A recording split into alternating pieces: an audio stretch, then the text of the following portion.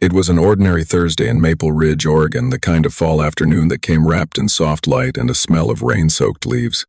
The final bell rang at Jefferson Elementary, echoing down the hallways as kids spilled outside, backpacks bouncing, sneakers squeaking on the wet pavement.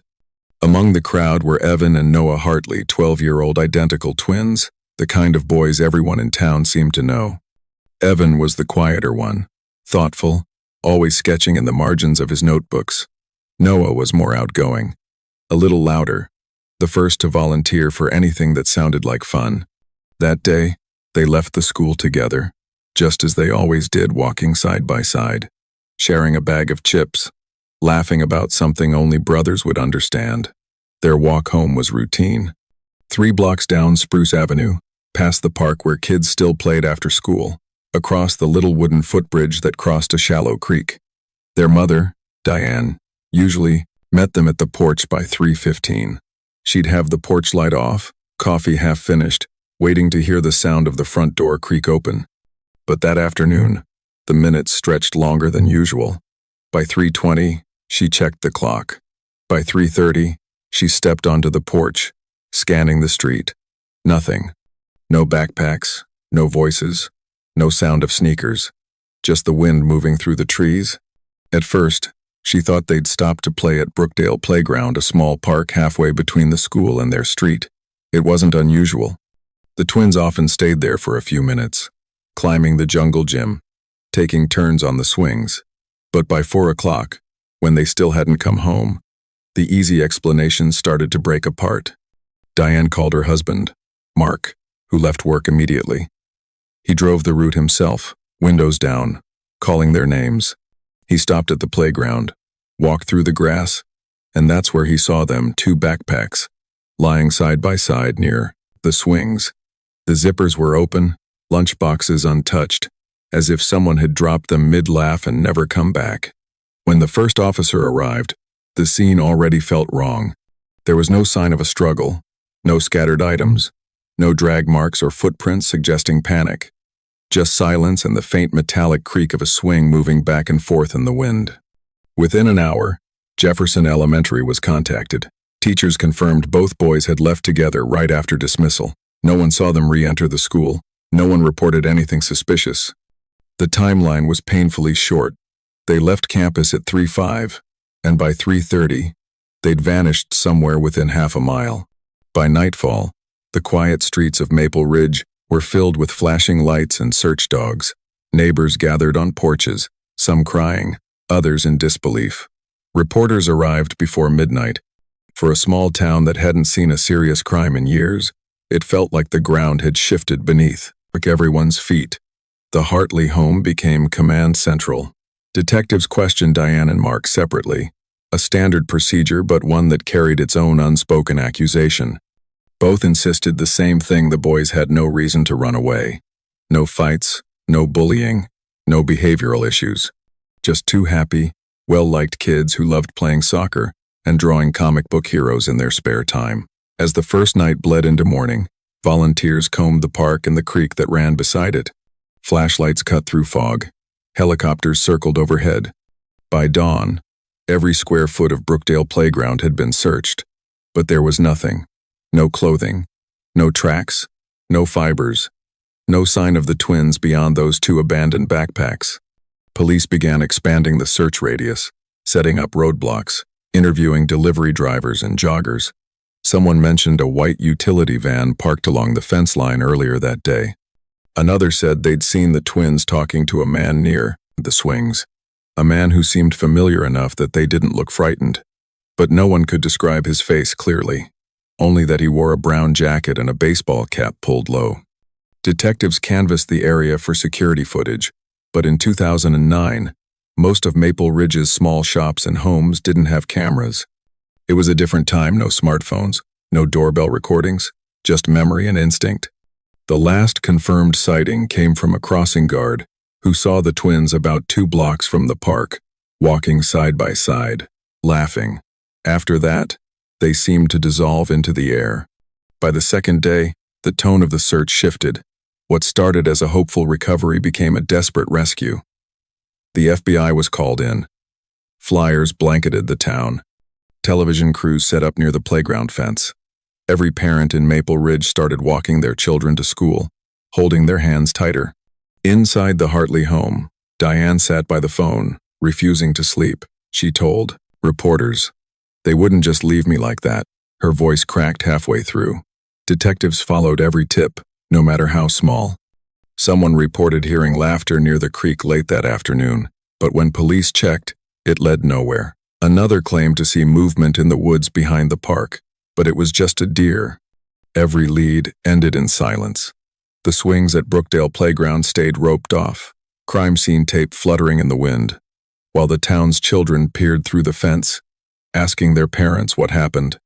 By the end of the first 48 hours, officers had exhausted every standard protocol: interviews, roadblocks, river drags, and scent trails, but nothing explained how two boys could disappear from a crowded playground in broad daylight without a single witness seeing them go. The detective in charge, Lydia Morrow, wrote in her preliminary report, "Abduction cannot be ruled out. Possible known acquaintance involved." It was a sentence that would haunt her for years. As the sun set on the second night, search teams began to thin out, their flashlights flickering like fireflies across the empty park. The swings barely moved now, the air colder. Somewhere Diane was still awake, sitting by the window, whispering the same question over and over. What if they knew the person who took them? That thought would change everything. By the third day, Maple Ridge no longer felt like a small, peaceful town. Streets that once echoed with the sound of children riding bikes now carried the hum of search helicopters circling overhead. The Hartley twins' disappearance had become the center of a statewide alert. Hundreds of volunteers poured in from nearby towns, church groups, retired firefighters, off-duty deputies, even strangers who'd read about the case online and showed up with flashlights and boots. The woods behind Brookdale Playground were mapped into grids, every ravine and drainage ditch methodically searched. Teams moved in lines, calling out the boys' names, pausing every few feet to listen.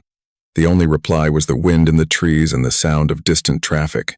For a while, hope was all anyone had to hold on to. The Amber Alert flashed across TV screens, highway signs, and every radio station, from Portland to Eugene. Photos of the twins, two identical faces, with small differences only their parents could tell apart, were suddenly everywhere. Grocery stores, gas pumps, windows of pickup trucks. People left porch lights on overnight, as if brightness itself could help bring them home. But as hours turned into days, that hope started to fray. Each new lead brought a rush of adrenaline, followed by silence. Someone claimed to have seen two boys walking near the river. Another swore they spotted them getting into a van on Route 6. But none of it held up. The van sighting especially gnawed at detectives. The park's groundskeeper, a man named Don Reeves, told police he saw a white utility van parked along the rear fence line around 3:15 p.m., roughly the same time the boys were last seen. He thought little of it then. Contractors often parked there. But when officers canvassed nearby roads and businesses, no matching vehicle turned up. No one else could recall a plate number, and no security footage existed to verify it. Police brought in scent-tracking dogs from Salem. The dogs circled the swings, the creek, the nearby wooded trail. At first, handlers thought they'd caught something. Both dogs reacted strongly near the old maintenance shed that sat on the edge of the park property.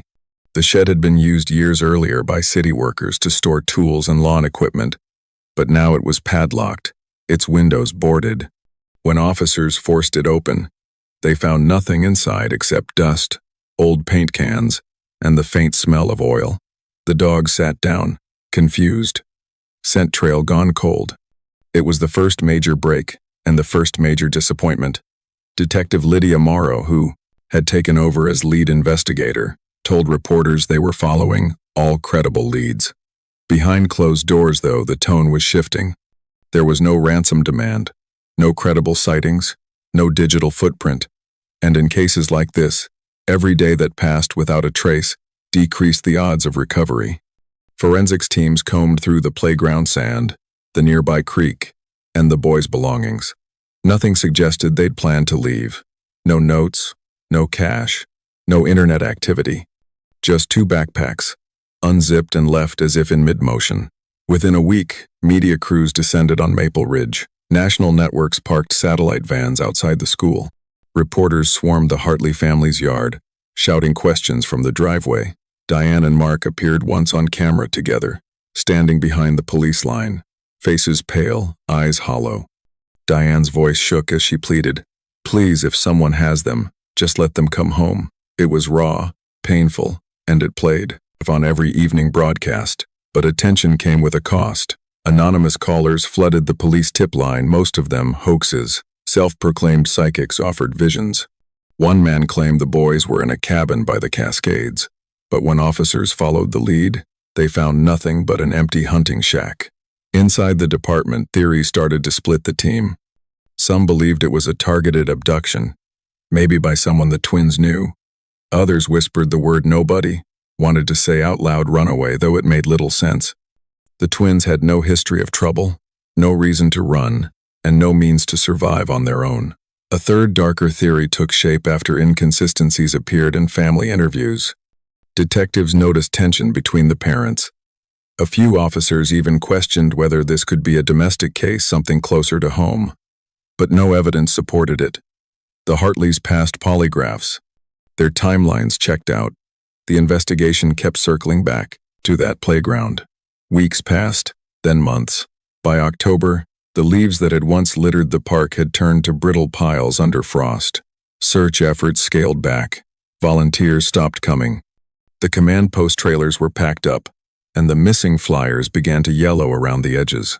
The swings at Brookdale hung motionless now, police tape long removed, but few kids dared to play there anymore.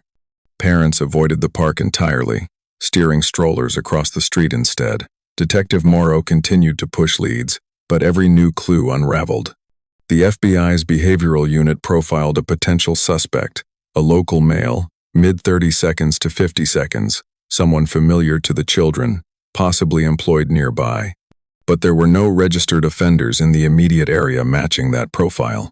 It was as if whoever took them had vanished too. By late November, the case file filled 3 binders. The Hartleys' once busy house fell quiet. Reporters stopped calling. Thanksgiving came, and went with an empty table setting where 2 chairs used to be. Diane spent most nights in the twins' room, sitting between their beds, replaying the last morning she saw them. Mark stopped sleeping altogether, spending his nights driving the streets, parking by the playground, headlights illuminating the empty swings. By December, the police officially downgraded the search to a cold status. The words felt like a death sentence. The lead investigator's notes from that week read simply, "No physical evidence recovered, public attention waning, family fracturing." In early 2010, the inevitable happened. The Hartleys filed for divorce. No one blamed them. It was the kind of loss that broke people in different ways. Diane moved out of state, back to her sister's home near Spokane. Mark stayed behind in Maple Ridge, working odd jobs, showing up occasionally at the police station to ask if there was anything new. There never was. Seasons changed, but the park remained, a quiet scar on the town. Parents spoke of it in lowered voices. New families moved in, unaware of the story that had once consumed every porch and television. Brookdale Playground became ordinary again except for those who remembered. The laughter of children returned, but it carried differently now. Thinner, more fragile, as if the air itself remembered what had been taken from it. Detective Morrow, still haunted, would drive past sometimes on her way home. She'd slow near the fence line, eyes catching on the old maintenance shed, now shuttered and fading into the weeds. For her, it wasn't just an unsolved case, it was a promise left hanging in the cold Oregon air. And though the world had moved on, something beneath that ground remained silent, waiting to be found. Time has a way of softening even the sharpest edges of tragedy, but in Maple Ridge, Oregon, it didn't erase what happened, it only buried it beneath routine, under the slow weight of years. 14 years had passed since the day the Hartley twins vanished, and the town that once searched for them had quietly rebuilt itself. The park was different now. Brookdale Playground had been renovated twice, new swings, bright plastic slides, a mural painted along the concrete wall where the police once hung search maps. The old maintenance shed, the one the dogs had fixated on back in 2009, was long gone. In its place stood a picnic shelter, where parents watched their children play, never realizing what the ground beneath them had once concealed. The yellowed flyers that once covered every pole and storefront had disappeared. Most were torn down years ago, but a few remained in forgotten corners, faded faces of two smiling boys with identical eyes, barely legible under layers of sun and rain. The town had changed. Families came and went. A new elementary school opened on the north end, and the old one was turned into administrative offices. Even the Hartley name was barely spoken anymore. For, like most, it had become a story from another lifetime, something tragic but distant, like a storm that had long since passed. But not everyone moved on. In a small house on the edge of town, retired Detective Lydia Morrow still kept the case alive, even if only quietly. The official file had been closed years ago, stored in a basement archive with hundreds of other unsolveds, but Lydia couldn't bring herself to let it go. She was in her early 60s now, her badge retired, her office turned into a spare bedroom. Yet on the wall above her desk, pinned between faded commendations and certificates, hung a single photograph, Evan and Noah Hartley, side by side in their school portraits, smiling through matching cowlicks. Sometimes she'd find herself staring at it longer than she meant to. It wasn't obsession anymore, just a quiet, unresolved ache. Every few months, she'd reopen the old file, leafing through the reports like muscle memory reading, witness statements, rechecking, timelines, looking for something she might have missed. She'd make notes in the margins, though she knew no one would ever read them. It was the kind of case that left a scar not on a town, but on the people who carried it. Lydia could still remember the sound of Diane Hartley's voice the night the case was declared cold, how empty it sounded. She remembered the last call she made to Mark Hartley, who simply hung up without saying a word. The case had ended without answers, but not without cost. And though Lydia had worked dozens of other files after that, none stayed with her like the twins. By 2023, Maple Ridge had changed beyond recognition. Tech workers had started moving in from Portland. Old neighborhoods were being torn down for new developments. The city council approved a project to expand Brookdale Playground again, this time adding a splash pad and underground plumbing. Lydia saw the announcement in the local paper, tucked between election coverage and weather forecasts. She circled the article in red pen out of habit, noticing one line that caught her attention. Construction will begin beneath the original swing area. It gave her pause. That was where the backpacks had been found all those years ago, side by side in the dirt. She thought briefly about calling the developer or the new police chief, just to mention it. But what would she even say? The park had been excavated before dozens of times during earlier renovations, and nothing had ever turned up. So she put the paper aside, wrote Brookdale Expansion, 2023 in her notebook, and tried to let it go. Still, something about it lingered. Maybe it was the coincidence, or maybe it was the quiet pull of unfinished work. She found herself driving by the playground one afternoon, watching the orange fencing go up around the perimeter. The laughter of children filled the air, and for a moment, she felt a flash of memory searchlights sweeping over the same spot in the rain, officers moving through mud, her voice hoarse from calling out names that would never answer. She didn't stop the car. She just kept driving, telling herself the past needed to stay where it belonged. Weeks turned into months. The excavation began in late spring, the heavy machinery groaning as workers dug deep trenches for pipes and concrete bases. Lydia barely noticed when the summer came. She had tried to move on, spent her mornings gardening, her evenings reading, pretending she was no longer tied to a file that haunted her dreams. Then, 2 months later, her phone rang. It was late afternoon, sunlight spilling across her desk. The number was unfamiliar, an Oregon area code, but not local. She answered out of reflex, expecting a telemarketer or maybe a friend she'd lost touch with. Instead, she heard a man's voice, tense and uncertain, asking her to confirm who she was. "Detective Morrow?" he said, stumbling over the title she hadn't used in years. "I'm calling from the Maple Ridge Sheriff's Office.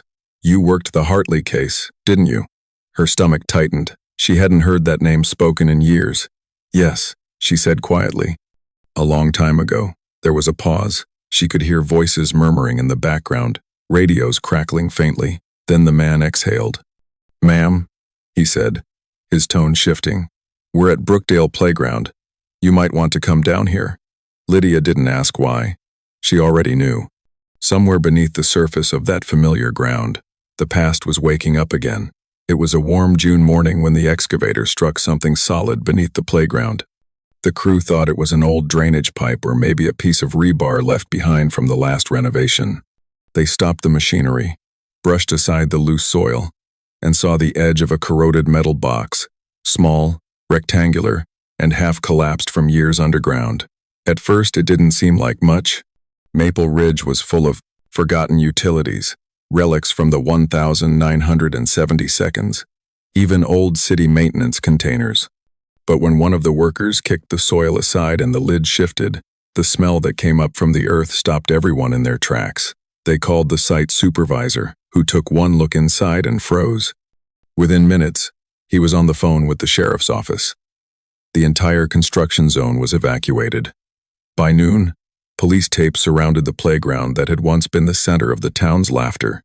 Parents picking up their kids from the nearby elementary school stared at the flashing lights and whispered, remembering the story that had nearly faded from local memory. 14 years of silence were about to break. When the first responding deputy peered into the pit, the sight inside was unmistakable. The rusted metal box, a storage locker about 4 feet long, had decayed almost completely. The hinges were gone, the corners eaten through by moisture. Inside lay fragments of fabric, the remains of 2 small shirts, faded red and blue, still clinging to bone.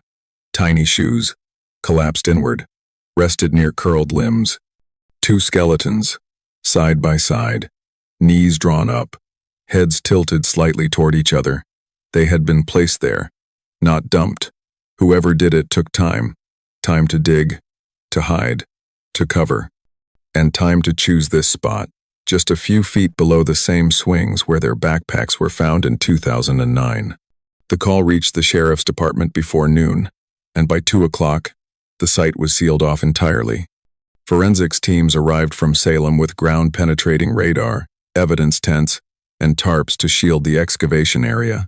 The playground was officially declared a crime scene. What had once been the laughter of children was now replaced by the hum of generators and the low murmur of investigators documenting every inch of disturbed soil. When the news hit, it spread faster than anyone could contain it. Reporters who hadn't set foot in Maple Ridge in over a decade came flooding back. Camera crews lined the streets, broadcasting live from behind the yellow tape. Headlines read, "Remains found beneath playground, possible link to Hartley twins case." For the families who had buried their pain under years of forced normalcy, it was like reopening an old wound. The Hartleys' names were everywhere again. That same afternoon, a deputy made a phone call to a number listed in an old case file, Detective Lydia Morrow's. She had retired 6 years prior, but the younger investigators knew her connection to the case. When she answered, her voice was calm but thin, as though she already knew what the call meant before hearing the words. "They found something," the deputy said. "We think it's them." By evening, Lydia was standing behind the crime scene tape, watching as the locker was carefully lifted from the ground. The dirt fell away in slow cascades, revealing the faded yellow paint that had once coated the metal. A serial number was barely visible along the top edge. The forensics lead noted the broken latch, the jagged metal edges around the opening, and faint scratch marks running vertically along the inside walls. Later, under lab light, those marks would be identified as fingernail grooves, hundreds of them, some deep enough to have bent the metal. The evidence was transported under police escort to the Oregon State Forensic Lab in Portland. Lydia followed in her own car, the same way she used to when the case was hers. She hadn't felt that familiar knot in her stomach in years. Not since the day she boxed up the file and left it on someone else's desk. 2 days later, the dental comparison came back. The remains were confirmed to be Evan and Noah Hartley. The official statement was short and clinical, but to those who had lived with the uncertainty, it landed like a thunderclap. The mystery that had haunted Maple Ridge for 14 years finally had an answer, at least part of one. The twins had never left the park. They had been there the entire time, buried just 6 feet beneath the swings where they played their last afternoon. The details that followed were worse. The coroner's report indicated both boys had died within hours of disappearance. There were no signs of blunt trauma, no fractures or bullet wounds. The latch on the locker had been locked from the outside. Inside, faint residues of rust and degraded human tissue lined the corners, suggesting a slow suffocation. Forensic technicians collected samples from the interior walls, scrapings of skin, fingernail residue, and what appeared to be tool marks consistent with an attempt to pry the latch from within. The locker itself, investigators later determined, was a modified maintenance container, the kind used by park crews years ago. The irony was chilling. The very equipment meant to maintain the playground had become the boys' coffin.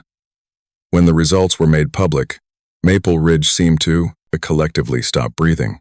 News vans returned to the same streets they'd once filled. Neighbors gave interviews they'd given before, and the park, once a symbol of the town's recovery, was once again a wound. Parents who had grown up with the Hartley twins now had children of their own, and they looked at that playground differently. The laughter there no longer sounded the same. The sheriff's office reopened the case, reclassifying it from missing persons to homicide. They asked Lydia to assist as a consultant.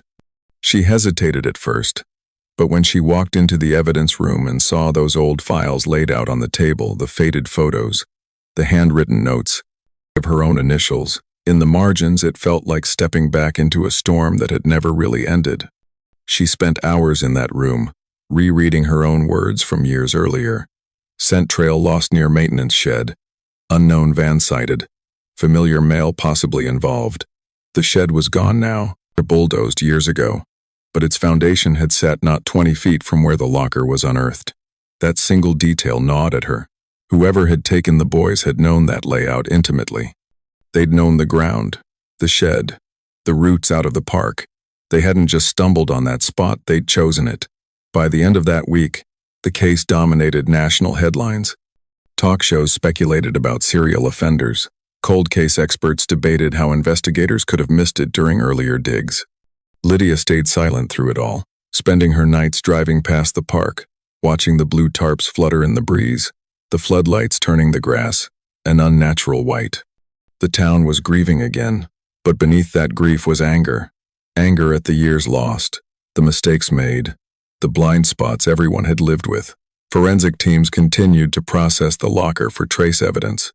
They found fibers matching a brown canvas jacket, consistent with one described by a witness back in 2009, the same witness who'd mentioned seeing the twins laughing with a familiar man. The problem was, that description could have fit a dozen people who'd worked around the park back then.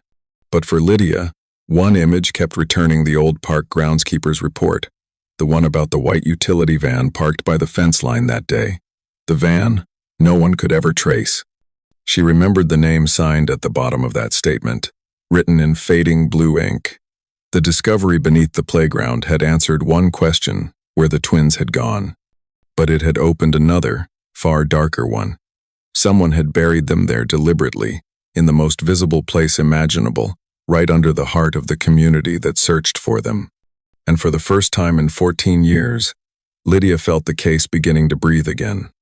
And the question that haunted every parent, every neighbor, every officer who had once searched for 2 missing boys now echoed louder than ever: who buried them here, and how had he walked away unnoticed?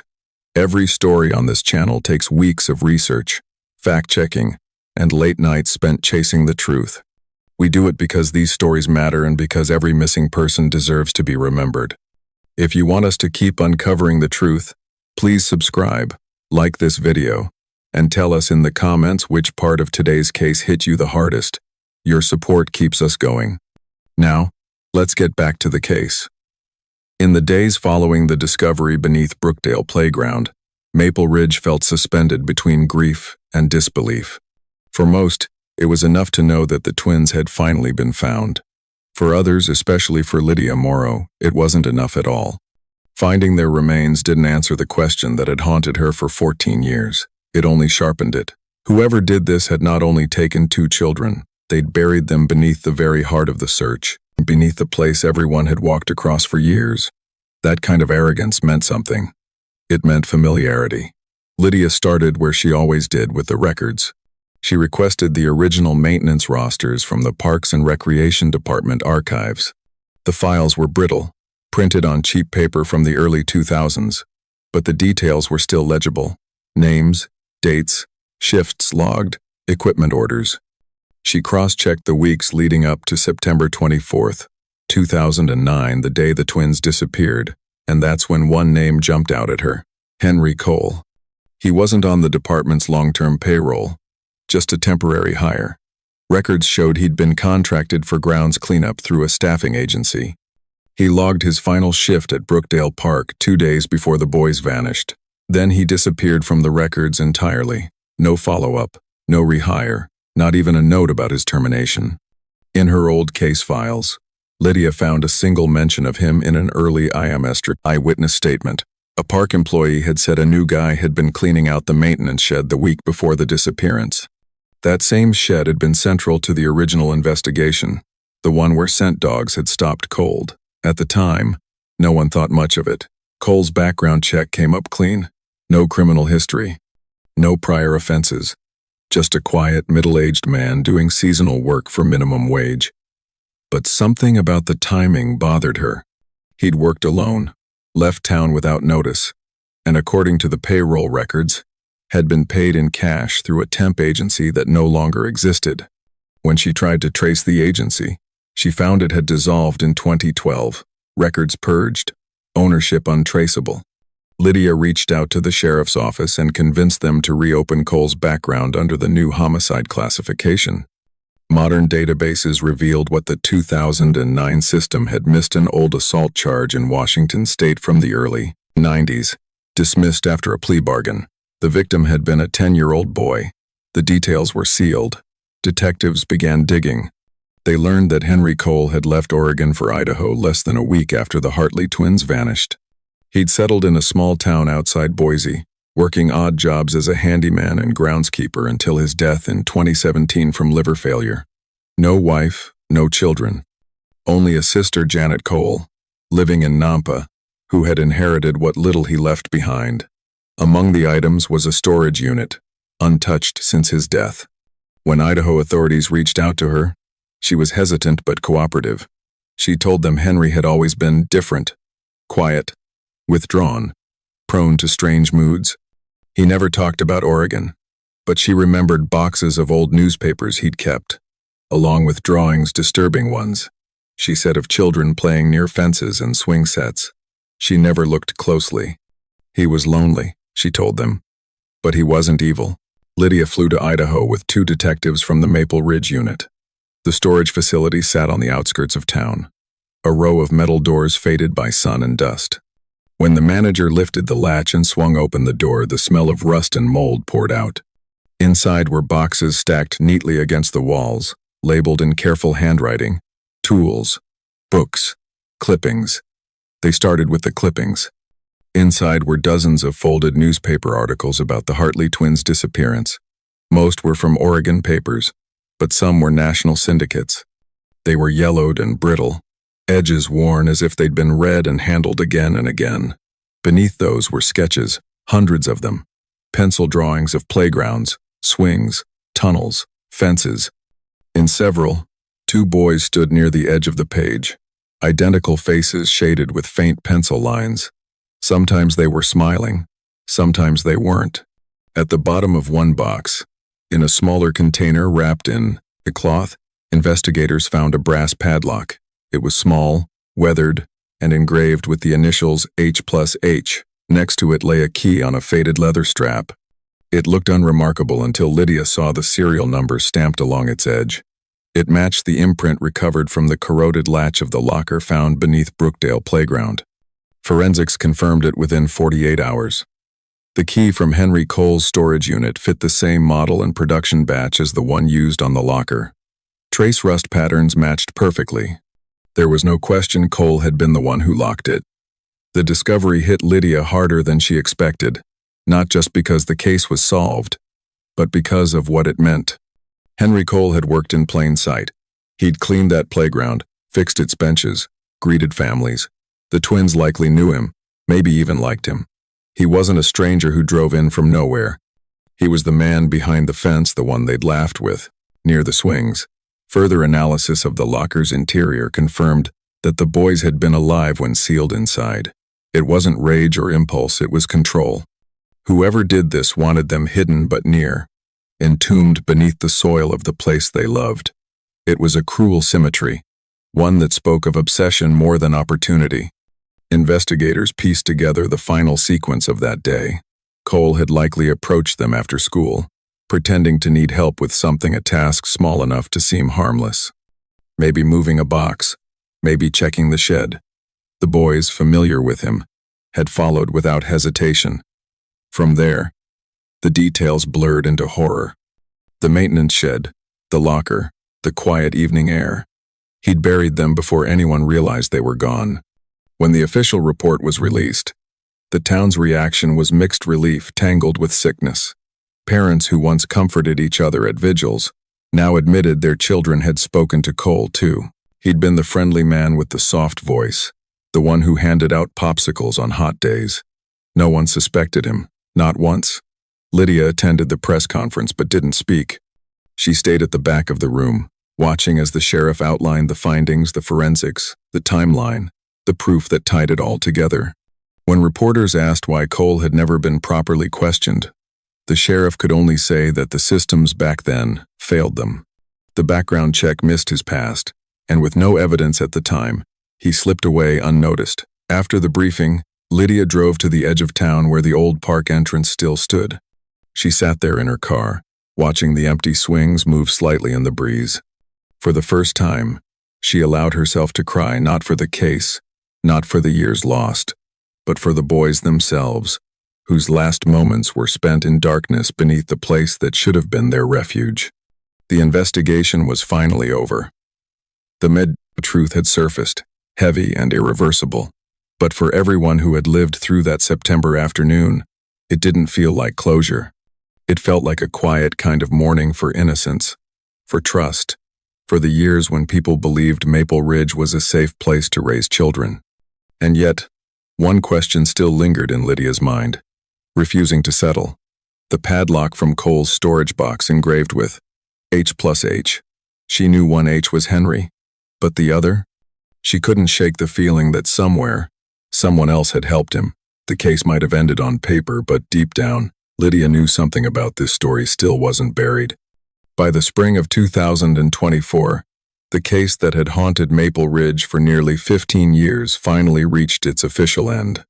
The reports were finalized, the press had moved on, and the last of the forensic analysis confirmed what everyone already suspected. There was no mystery left, at least. Not the kind that could be solved with fingerprints or DNA. The Hartley twins were gone. The man responsible was dead, and the ground that had hidden them all those years was now just a playground again. On a cool April afternoon, the town gathered for a memorial service at Brookdale Park. The grass was freshly trimmed, the air smelled faintly of rain, and 2 new swings hung in the place where the old ones used to be. They were identical, shiny, unscuffed, waiting for the next generation of children who would never know the story behind them.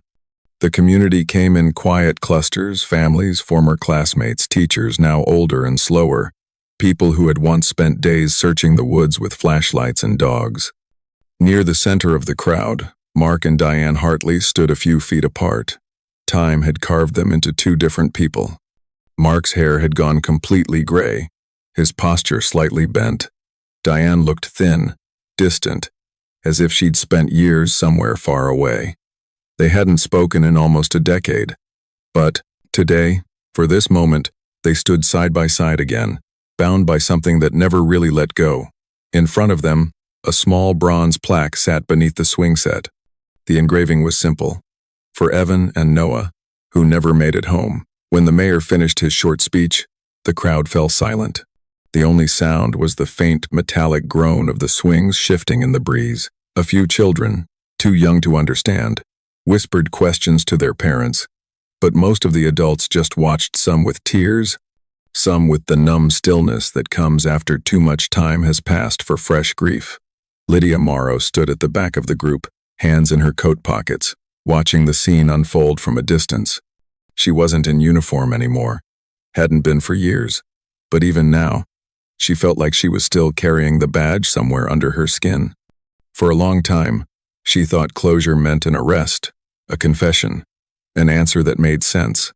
But now she understood that closure was something quieter, something that never truly arrived. The final forensic report had been the last thing she read before leaving the department's office for good. It detailed, in cold clinical language, exactly what had happened to the Hartley twins. Both boys had died within hours of being sealed inside that locker. There were no broken bones, no defensive wounds, just signs of oxygen deprivation. The evidence suggested they'd remained together until the end, one hand bone resting against the other's shoulder. The soil around the locker showed no disturbance after that day. For 14 years, the earth had kept their secret perfectly intact. Lydia had reread that line more times than she could count, undisturbed since the day of burial. It haunted her more than the details of the crime itself. Because while the town forgot, while people moved on and time smoothed over the sharp edges of that September afternoon, the ground beneath them had remembered everything. She thought about Henry Cole, the man behind the fence, about his drawings, the padlock, the years he lived freely while the twins lay beneath the park he once tended. She thought about the initials engraved on that lock, H+H, and how even now, no one knew what the second H stood for. Maybe another name, maybe something else entirely.